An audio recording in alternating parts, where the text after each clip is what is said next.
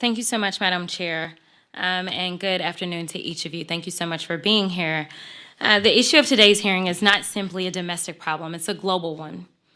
We need international cooperation with countries like China and Mexico to combat drugs and fentanyl coming into our country.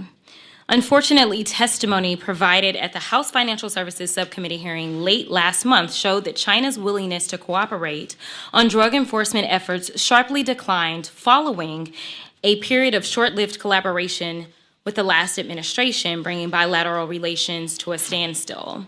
It's no surprise then that China has tried every which way to get out of working with our country to address the fentanyl drug crisis that we're experiencing. Just last August, Speaker Pelosi visited Taiwan to applaud the island's governmental democracy. Yet following the visit, China retaliated by formally suspending its agreement with the United States that bans the export of fentanyl. But as Dr.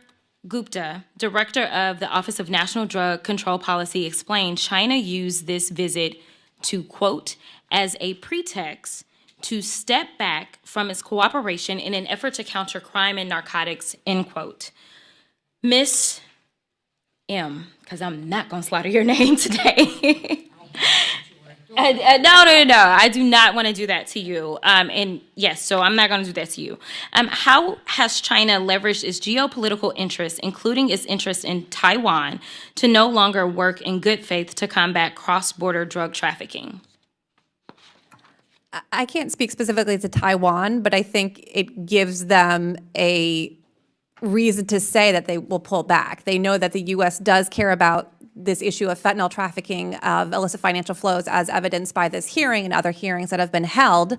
So, if they want to have the U.S. take notice, that's one way to do so.